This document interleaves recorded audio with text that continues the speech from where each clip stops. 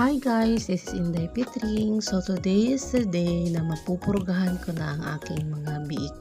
At isasali ko na rin si George dyan para healthy silang lahat.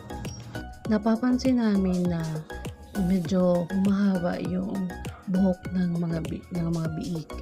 So ang sabi, may mga nakikita akong mga vloggers or yung mga eksperyensyado na nagbababoy na indication daw yun na baka may bulatin na sa loob ng mga baboy natin. So it's a good thing na magpurga para sigurado tayo na healthy sila.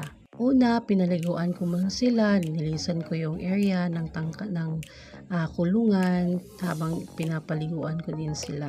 Na-delay ko ng kaunti yung pagpakain sa kanila para sito tayo na mauubos nila yung pagkain nila.